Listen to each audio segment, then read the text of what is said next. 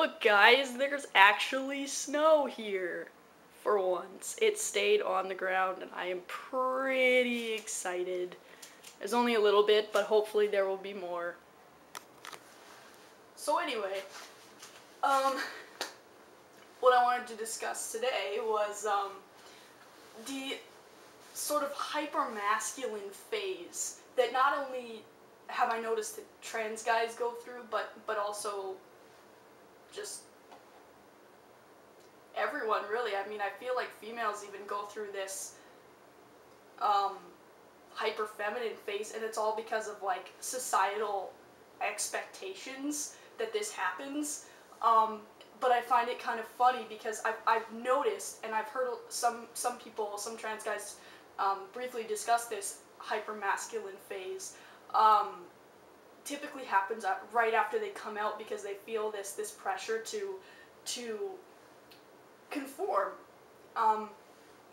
to be like, oh, you know, like to prove themselves. So you tell someone, I'm actually a guy, then you're expected to act like a typical guy.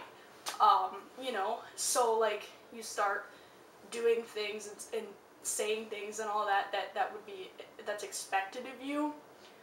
And I mean, all of my guy friends do this or did this at one point, whether or not they're trans. But I find it interesting that I went through this hyper masculine phase before I came out. So from age 11 to 14-ish, I went through this super hyper masculine phase where I acted like a you know, typical 12-year-old boy is supposed to act. You know, I started like playing rough with other guys, and you know, running around doing sports and things like that, and you know, swearing is a big one. I started, you know, swearing at a young age because that's what all my guy friends were doing. And you know, you want to act tough, you want to act big, and that's what I was doing when I was, you know, 12, 13 years old. I wanted to make myself, you know, appear to be manly, because, you know, most boys at that age have not hit puberty yet. You know, 12 years old, they're not physically developed, so they're trying to act like a man when they're really still a boy.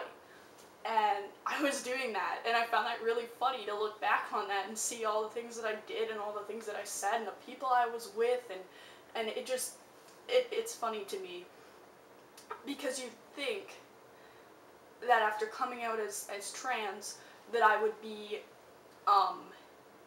you know, more masculine, because, you know, I've just come out, and it's like, okay, you know, now I gotta prove to everyone that I'm so, you know, manly. But it's, you know, I feel like since I came out, that I've become more comfortable in my masculinity, that I'm so that I'm starting to embrace my feminine side. And it's always been there. It's just that I suppressed it for so many years because I wanted to be, you know, one of the guys. I wanted to, you know, talk cars and girls and all this stuff that really didn't interest me. Like, and it's just funny to see that, and then have other, you know, I've heard other guys, trans guys, talk about it, about how, like, they came out and they wanted to prove to people, or prove to themselves, I guess, that they're so manly. But I laugh when I think of all the things that I was doing at you know, age 12. And then I come out and I start increasingly becoming more feminine, and my parents are like still really, you know, confused. They completely accept me, they completely accept that I'm a boy and all that stuff, but they find it funny as well that they look at me when I was, you know, or they think back on when I was, you know, preteen, early teen. They look at me now and they're like, you're so much more, you know, feminine, you're so much more like I'm perceived as a stereotypical gay male all the time. time, and I mean, like, my parents and my brother and everyone, like, that I'm around says the same thing. They're like, I would definitely think you were gay. And I mean, most of my friends did think I was gay, just because of the things I say and the things I do and the way I dress. And, like, I don't know. I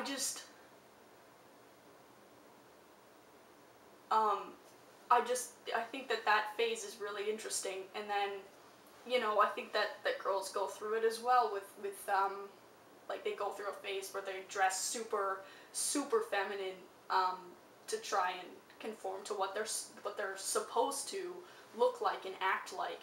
And it mellows out, you know, like, around, maybe I embraced my femininity quicker than most, you know, guys do, trends or not, because, you know, maturity levels differ, but I feel like people after puberty is sort of settled off, for cis people at least, you know, like, guys in their 20s or whatever start to realize that, you know, maybe I don't need to be into all of this stuff that I'm not actually into just to, you know, be one of the guys. Like, I can enjoy knitting, and I can enjoy typically feminine activities that really have nothing to do with being a girl, but, like, you know what I mean? But I do think, and you do see it, it mellows out eventually. The hyper-masculine or hyper-feminine phase does mellow out, but I thought it was worth discussing and just, you know, putting it out there. But I still laugh at myself, my age 12 to 14, 11 to 14-ish self, because I was an idiot. And I enjoy who I am now. I really do, and I don't really care that I'm you know, more feminine now after coming out as trans than I was before I came out. Just an interesting observation of mine. Leave a comment or subscribe, questions, video topics, anything like that if you want to discuss what I discussed in this video, then I would love to hear it.